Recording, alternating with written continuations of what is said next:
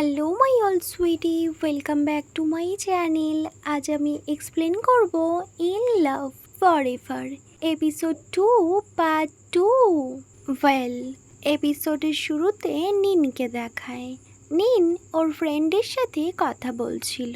So ওর friend বলে, নিন তুমি কি আজ আমার সাথে যাবে, না তোমার অন্য কোনো প্ল্যান আছে?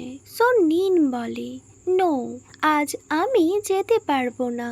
নিনের কথা শুনে ওর ফ্রেন্ড ভীষণ সারপ্রাইজড হয়ে যায়, কজ নিন আগে কখনো না করেনি, বাট রাইট নাও নিন ফার্স্ট টাইমের জন্য না করলো। দেন নিনের ফ্রেন্ড আবার ওকে বলে, সো আমরা কোথাও তো লাঞ্চ করতেই পারি। এটা শুনে নিন আবার ওকে না করে।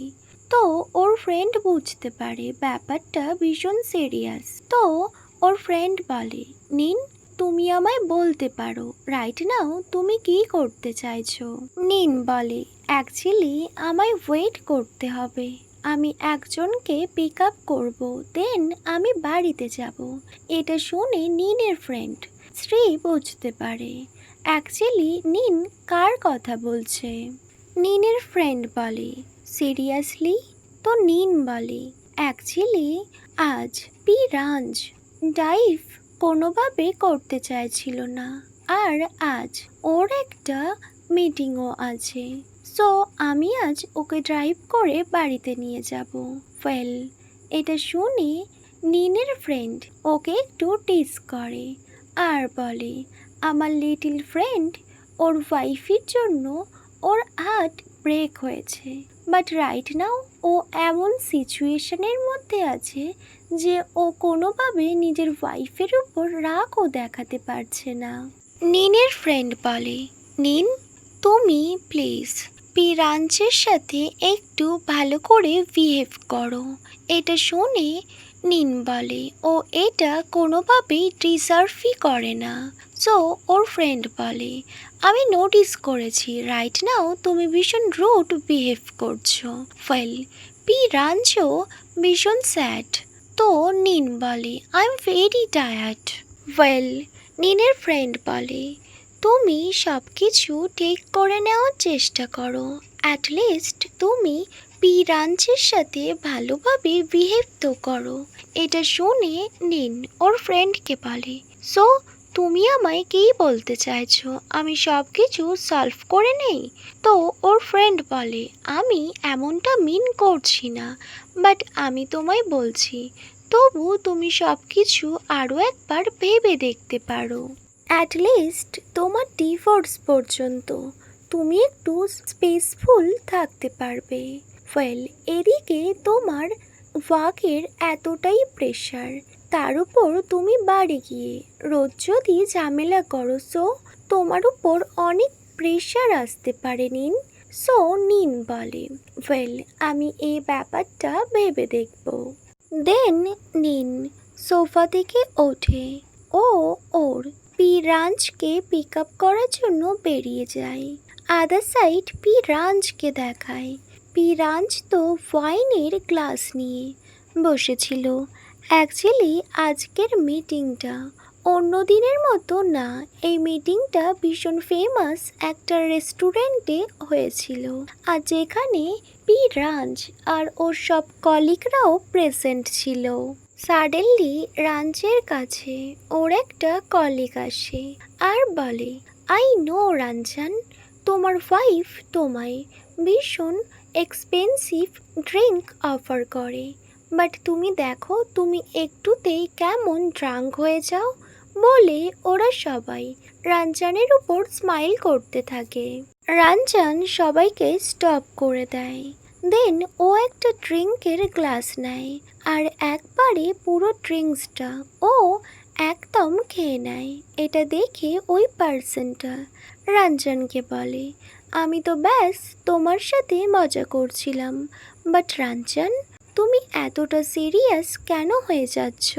তখন রাঞ্জ বলে, এনজয় এখানে কে করছে, আমি কখনো তোমার জোকসে স্মাইল করেছি? এটা শুনে ওই পার্সনটা রাঞ্জানের দিকে তাকিয়ে থাকে। রঞ্জনের আরও একটা কলিগ ব্যাস রঞ্জনকে কাম ডাউন করার চেষ্টা করছিল। সো রঞ্জন তখন বলতে থাকে, ওয়েল আমি ব্যাস চুপচাপ থাকি, দ্যাটস মিন আমি কিছু বলবো না, এমনটা একদমই না। ওই পার্সনটা রঞ্জনকে বলে, আমি যদি তোমার ওয়াইফকে নিয়ে তোমায় একটু টিজ করি, সো এতে প্রবলেম কি? তখন রঞ্জন একটু লাউডলি বলে, তোমায় কি আমার ওয়াইফকে নিয়ে জেলাস ফিল হয়? কজ আমার কাছে এত বিউটিফুল, এত রিচ আর এত কাইন্ড একটা ওয়াইফ আছে। বলে রঞ্জন ওই পার্সনের কলার হোল্ড করে আর ওদের দুজনের মধ্যে একটু ফাইট হতে শুরু হয়। তখন সবাই মিলে ওদের দুজনকে আলাদা করে দেয়। দেন রঞ্জন যখন রিয়েলাইজ করে তখন ও সবাইকে সরি বলে আর বলে, আই এম সরি, এই সব কিছুর জন্য আমি রেসপন্সিবল। ওয়েল আদার সাইড নিনকে দেখায়। নিন গাড়ি নিয়ে ওই রেস্টুরেন্টের বাইরে রাঞ্চের জন্য ওয়েট করছিল। দেন নিন যখন নোটিস করে ওর বিউটিফুল ওয়াইফকে, ও ভীষণ সারপ্রাইজড হয়ে যায়, কজ ওর রাঞ্চকে আগের মতো একদমই লাগছিল না। ওর হাতে ওর ব্লেজার ছিল আর ওর ড্রেস আনবাটন ছিল, যা সবসময় বাটন অফ করা থাকে, বাট রাইট নাও ওপেন, আর ওকে ভীষণ মেসি দেখাচ্ছিল। রাঞ্চকে একদমই ঠিক মনে হচ্ছিল না। সো নিন ভীষণ কিউরিয়াস হয়ে ভীষণ কুইকলি গাড়ি থেকে বাইরে আসে আর রঞ্জনের সাথে ওর যে কলিগ ছিল সে নিনকে বলে, কোন নিন প্লিজ আপনি রাঞ্চকে ভীষণ তাড়াতাড়ি বাড়িতে নিয়ে চলে যাও। এটা শুনে নিন ভীষণ সারপ্রাইজড হয়ে বলে, বাট ওয়াই? তখন ওই পার্সনটা যার সাথে রাঞ্চের ঝামেলা হয়েছিল ওই পার্সনটা বাইরে আসে আর বলে, অ্যাজ এ টিম লিডার তুমি কি যা ইচ্ছা তাই করতে পারো? ওয়েল তখন রাঞ্চ বলে, তুমি ফার্স্ট এই সব কিছু শুরু করেছো, আমি না।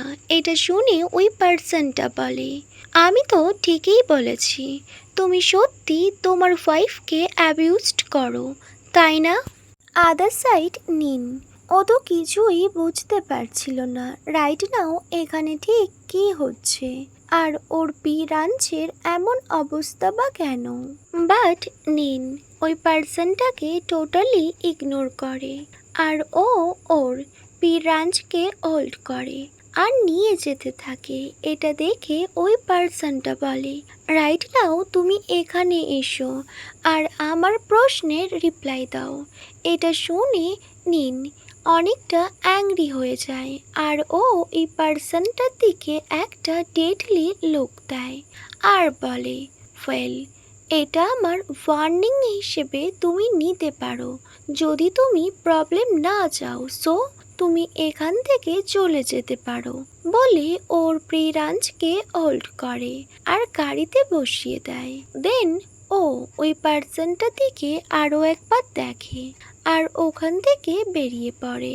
সো রাঞ্চ বলে, নিন ইউ নো ওই পার্সনটা সবসময় আমায় বলে আর সব কথার সাথে এই কথাটা কানেক্ট করে যে আমি একজন রিচ পার্সনের সাথে বিয়ে করেছি। ইভেন কোনো কথাই এই কথাটার সাথে কানেক্টেড না, তবুও ও বারবার আমায় এই কথাটা বলে। ওকে মাই অল সুইটি, এখানেই in love forever episode 2 part 2 end হয়। Wait for my next video. Bye, good night.